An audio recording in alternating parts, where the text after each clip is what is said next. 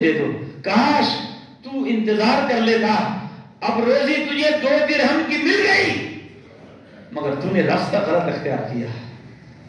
میرے محترم، ہم خوف کرتے ہیں جب ہم چاہتے ہیں کہ اللہ زندگی کا مالک اللہ ہے، رزق کا مالک اللہ ہے، وَتُعِزُّ مَن تَشَاءُ وَتُذِلُّ مَن تَشَاءُ، عزتوں کا مالک بھی اللہ ہے، بے عزتی کا مالک بھی اللہ ہے، تو مجھے آپ سے ڈر کیوں لگ رہا ہے؟ مجھے کسی انسان کا خوف، میرے دل پر کسی انسان کا خوف کیوں ہے؟ فاروق اعظم رضی اللہ تعالیٰ عنہ سے سوال ہوا کہ آپ کسی سے ڈرتے کیوں نہیں ہیں؟ آپ نے فرمایا جو رب سے ڈرتا ہے وہ کسی اور سے نہیں ڈرتا، جو رب سے ڈرتا ہے وہ ہر خوف سے بے خوف ہو جاتا ہے۔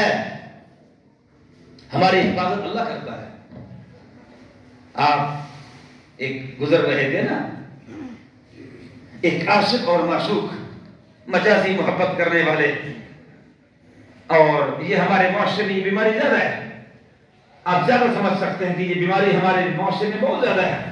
یہ جو فصلی بٹھیرے، عاشق معشوق، یہ دور ہر دور میں چلا ہے، کسی دور میں ذرا زیادہ چلا ہے، کسی میں ذرا کم چلا ہے، مگر یہ ہر دور میں یہ فحاشی عریانی کا دور چلتا رہا۔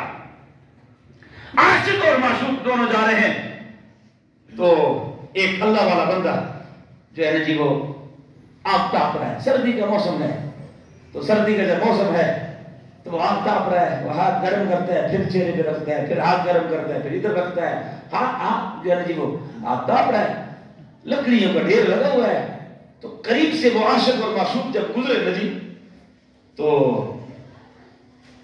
اس خاتون کا جو پاؤں تھا نا وہ اس لکڑی کو لگ گیا۔ جب لکڑی کو لگ گیا نا تو وہ خاتون گر گئی۔ جب گر گئی تو وہ عاشق نے فوراً اس معشوق کو اٹھایا، اور اٹھانے کے فوراً بعد اس بابے کی طرف گیا اور زور سے ایک تھماچا مارا۔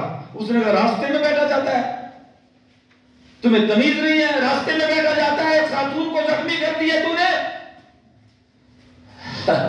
اوپر دیکھ کے عرض کرنے لگا مولا جس طرح تیری مرضی، جیسے تیری مرضی، ہم کیا کہہ سکتے ہیں؟ ابھی تھوڑی دیر پہلے دودھ پلایا تھا، ابھی تپڑ مروایا، ہم نے دودھ بھی پی لیا، اس پر بھی شکر، تپڑ بھی سہ لیا، اس پر بھی شکر۔ ہمیں تو اس سے غرض نہیں ہے کہ تو کبھی دودھ پلاتا ہے، کبھی تپڑ مرواتا ہے۔ دونوں جب اپنے گھر پہنچے نا عاشق معشوق، تو ابھی کمرے میں بیٹھے ہی تھے، کچے مکان تھے اس دور کے، ایک شاتیر نکلا اور اس مرد کو وہاں لگا جہاں اس نے بابے کو تپڑ مارا تھا، زخمی ہوا، خون بہا۔ وہ خاتون تھی، وہ سمجھدار تھی، اس نے کہا جی مجھے تو لگ رہا ہے یہ میرے خیال میں اسی نے کوئی کام خراب کیا ہے، ظاہر بات ہے اللہ کے حضور اس نے کوئی دعا کی ہوگی تو ہمارا بیڑا تو غرق ہو گیا، لہذا جلدی کرو، معافی چاہتے ہیں اس بندے سے، کہیں ایسا نہ ہو کہ اس سے بڑا عذاب آ جائے۔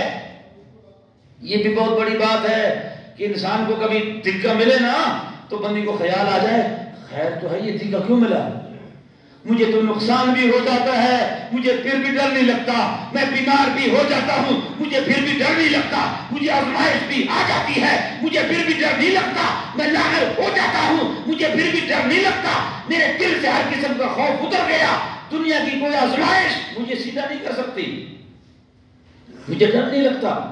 پلیتی نے، بغض نے، کینے نے، فحاشی نے، عریانی نے، بے حیائی نے میرا دل اتنا پلیت کر دیا کہ مجھے جہاں بھی ٹھوکر لگتی ہے میں نے کبھی بھی کسی ٹھوکر سے عبرت نہیں حاصل کی۔ میں نے مرتے ہوئے لوگوں کو دیکھا ہے مگر میں نے کسی کے مرنے سے عبرت حاصل نہیں کی، میں نے دینے والوں کو لینے والا دیکھا ہے مگر میں نے عبرت حاصل نہیں کی، میں نے صحت مند کو بیمار دیکھا ہے، میں نے عبرت حاصل نہیں کی، میں نے چلتے پھرتے آزاد لوگوں کو جیل میں دیکھا ہے مگر میں نے عبرت حاصل نہیں کی، میں نے امیروں کو غریب دیکھا ہے مگر عبرت حاصل نہیں کی، میں نے کندھا دیا ہے مگر پھر جنازے کو معذرت کے ساتھ توجہ فرماؤ، میں نے کندھا دیا ہے مگر یہ کندھا مختص ہے صرف جنازے کے لیے، کاش اس کندھے پر کسی غریب کا بوجھا اٹھاتے، اس کندھے پر کسی بیوہ کا بوجھا اٹھاتے، تو پھر آپ کا مقصد ضرورت نہ تھی، پھر وہ ضرورت نہ تھی، وہ خدمت انسان کی ہوتی، مگر خدا تم سے راضی ہوتا۔ کاش اس کندھے پر کسی بیوہ کا بوجھ اٹھا لیتے، کسی یتیم بچے کا بوجھ اٹھا لیتے۔ میں اکثر کہا کرتا ہوں، غریب بندہ ہمارا دروازہ کھٹکھٹاتا ہے، وہ کہتا ہے بابا میری جوتی نہیں ہے، مگر وہ سیٹھ صاحب گھر میں کہتا ہے عمرہ مہنگا ہو گیا۔ وہ دروازے پہ جو کھڑا ہے نا، وہ مجھے کہتا ہے بابا میرے عید کے کپڑے نہیں ہیں، مگر وہ کہتا ہے حج مہنگا ہو گیا۔ سوال چند جواب گندم۔ وہ کہتا ہے جی بھوک لگی ہے روٹی نہیں کھائی، مگر مصلی پہ ہم کہتے ہیں عمرے پہ لے جا، یا اللہ حج پہ لے جا، یا اللہ عمرے پہ لے جا، مگر وہ جو دروازے پہ کھڑا ہے وہ کون ہے؟ وہ تیرا بھی بیٹا ہو سکتا ہے، وہ تیری بھی بیٹی ہو سکتی ہے۔ اگر تجھے اپنے مستورات کی عزت محفوظ اور اپنی بیٹیوں کی چادروں کی عزت اگر تمہیں چاہیے، تو وہ کسی کی بیٹی تمہیں بیٹی نظر کیوں نہیں آ رہی؟ تمہیں کسی کا ننگا پاؤں چلتا ہوا بیٹا نظر کیوں نہیں آتا؟ مگر معذرت کے ساتھ آپ نے ان تمام معاملات کو مقصد بنا دیا۔ کاش آپ اس کو ضرورت بناتے تو اس مانگنے والے نے آپ 20 روپے تو دے دیتے، مگر آپ زندگی بھر کے لیے اس کا بوجھ کندھے پر کیوں نہیں اٹھاتے؟ آپ نے 500 زکات تو دے دی ہے اس کو، مگر یہ بدنصیب اور کم وقت عمر پر زکات لیتا رہے گا۔ آپ اس کی ضرورت کو پورا کیوں نہیں کرتے؟ اگر آپ کے پاس 10,000 کی زکات ہے تو آپ 100 روپے کیوں دیتے ہو؟ اس کی ضرورت کو پورا کرو۔ آپ کے پاس 15,000 بکرے کے موجود ہیں، آپ کسی بیوہ کو کیوں نہیں دیتے؟ آپ کسی یتیم کو کیوں نہیں دیتے؟ آپ کسی غریب کو کیوں نہیں دیتے؟ آپ کسی کو لباس کیوں نہیں پہنا دیتے تھے؟ کسی کے در پہ چلا جا، ہو سکتا ہے اس کے پاس مکان کا کرایہ نہیں ہے، مالک مکان نے نوٹس دیا ہوا ہے کہ اگر تو نے اس مرتبہ کرایہ نہ دیا تو تیرا مکان خالی ہو جائے گا، مگر تمہیں بکروں کا شوق ہے کہ میں نے بکرے دے دیے خدا کے نام پر، میں نے بڑی امام جا کر صدقے دے دیے، جیبوں کو چڑھایا۔